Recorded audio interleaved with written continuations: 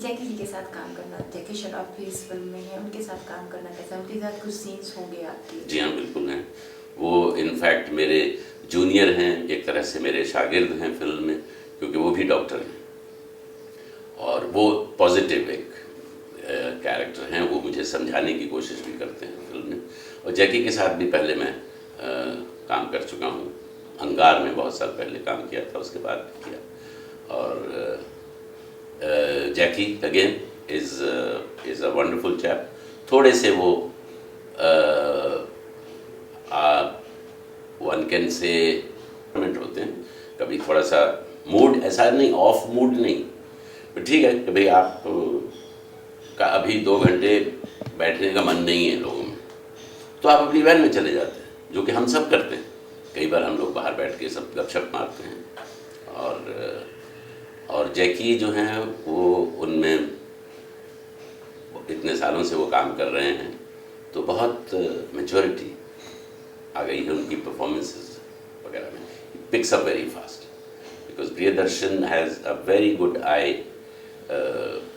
in terms of little movements, little gestures for the actors, and you should just be ready to pick it up. And it's been lovely with Jackie. It's typical Bidu. How are you, Bidu? Bidu is fine.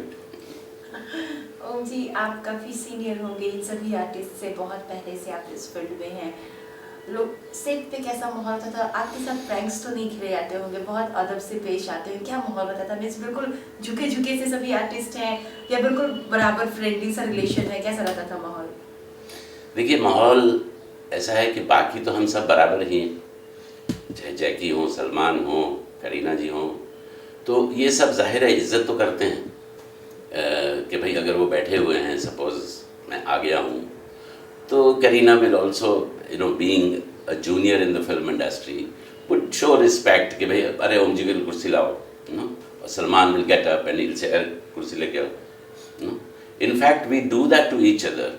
Seeing a person is approaching you, immediately you look around के कुर्सी है कि नहीं, otherwise you just say if I am sitting, Salman comes, just because he's he's junior to me in terms of years, it doesn't mean that I take it for granted कि हाँ सलमान की कुर्सी आ जाएगी। हम भी उनके लिए खड़े होते हैं। तो इज्जत अदब जो है वो हम एक दूसरे को देंगे तभी आपको मिलेगा। जैसे मेरा बच्चों के साथ भी, मैं बच्चों को भी ज़्यादातर आप ही बोलता हूँ। तो कई लोग बोलते भी हैं कि बच्चे को क्यों आप? मैंने कहा इसलिए कि वो मुझे आप पुकारे। मैं इसलिए उन्हें कहता हूँ कि भाई बेटे आप क्या कर रहे हो, आप ऐसा मत कीजिए।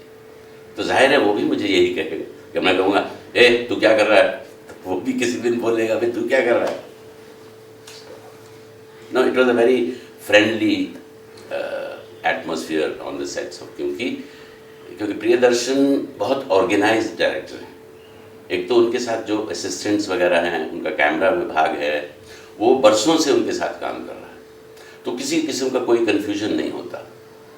और उनके जहन में फिल्म पूरी तरह से कम्प्लीटली छपी हुई होती है और वक्त ज़ाया नहीं करते कि अभी ये कैमरा ये शॉट हुआ तो अब दूसरा एंगल कहाँ लगाएं।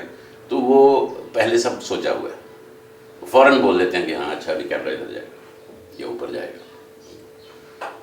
और काफ़ी स्पीड से काम करते हैं और बहुत ज़्यादा देर नहीं करते। मतलब नाइट शूटिंग के सुबह 7 बजे शुरू हुए, वो चल रहे हैं रात के 11 बजे तक, 1 बजे तक, वो नहीं होता। हाँ, वो प्रेफर करते हैं सुबह जल्दी कि भाई 7 साढ़े 7 बजे हम लोग पहुँच जाएं, ताकि वो 6 साढ़े 6 बजे हमको फारिग कर सकें। तो अक्सर ऐसा ही हुआ है। अगर नाइट शूटिंग हुई तो ज़्यादा से ज़्यादा 8:30 या 9, बस ये उनका स्टाइल है। शूटिंग कहाँ चली? शूटिंग उसकी ज़्यादातर मद्रास में ही हुई, स्टूडियो के अंदर, और कुछ दिन ऊटी में, मेरा 10-12 दिन ऊटी में। आउटडोर्स जाना पड़ा शूटिंग के लिए, क्या कुछ ऐसा मेमोरेबल, कुछ वैसा जुड़ा हुआ है इस फिल्म के पूरे प्रोजेक्ट के साथ कि ये लम्हा या कुछ ऐसा बहुत अच्छा हो गया हो या कुछ बहुत बुरा हो गया हो जो हमेशा जिसके कारण इस प्रोजेक्ट को याद रखेंगे आप? उस हिसाब से तो आप कहिए कि बड़ा बोरिंग था, क्योंकि मुझे कोई ऐसा इंसिडेंट याद नहीं कि जो कि बहुत ऐसा कुछ ड्रामेटिक हुआ हो। ऐसा ड्रामेटिक कुछ नहीं हुआ। अब बारिश ऊटी में होना कोई ड्रामेटिक बात नहीं है कि भाई अचानक बारिश हो गई और सब जो अफरा तफरी मच गई, कैमरा लेके भाग रहे हैं, लाइटें लेके भाग रहे हैं, तो ये कोई अचंभे वाली बात नहीं है और इसमें कोई इतनी ड्रामेटिक बात नहीं है। हाँ, compare to Madras and Ooty, मौसम में ज़मीन आसमान का फ़र्क था, जाहिर है। Ooty was much colder and much pleasant. Madras जो है वो गर्म शहर है। आपकी बातों से ऐसा लग रहा था कि हाफ ऑफ द रोल है वो आपका बहुत फ्रेंडली फादर का होगा और हाफ ऑफ द रोल में काफ़ी स्ट्रिक्ट दिख रहे होंगे। कितना स्कोप इस कैरेक्टर को गाने के लिए, म्यूजिक के लिए मिला फिल्म में? इस कैरेक्टर के लिए नहीं, सिर्फ एक छोटा सा हिस्सा है एक किसी हम लोग गाने की, म्यूजिक की बात करते हैं इस फिल्म के। कुछ ऐसा कुछ म्यूजिक आप पर पिक्चराइज किया गया हो?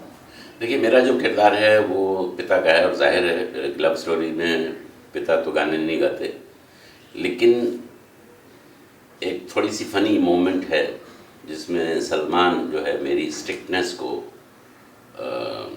का मजाक उड़ाने के लिए वो कुछ इमेजिन करता है और उसके इमेजिनेशन में मैं कैसा दिखता हूँ कि एक पॉप सिंगर की तरह एक माइक लेके और मैं सबको गाने के ज़रिए एक राइम में सबको हड़काता हूँ। एक छोटा सा बिट है, शायद आधे मिनट का है या पौने मिनट का है, ऐसा कुछ है।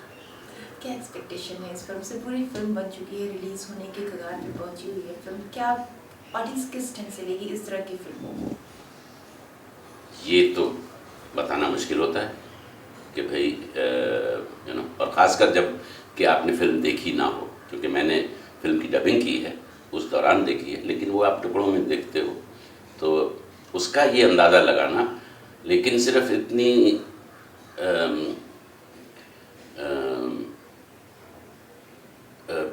क्या कहना चाहिए कि एक्सपेक्टेशंस जो हैं वो इतनी जाहिर है, ज़रूर है कि ये फिल्म जो है ये प्रियदर्शन की फिल्म है, तो जाहिर है कि वो एक मयार तो छुएगी।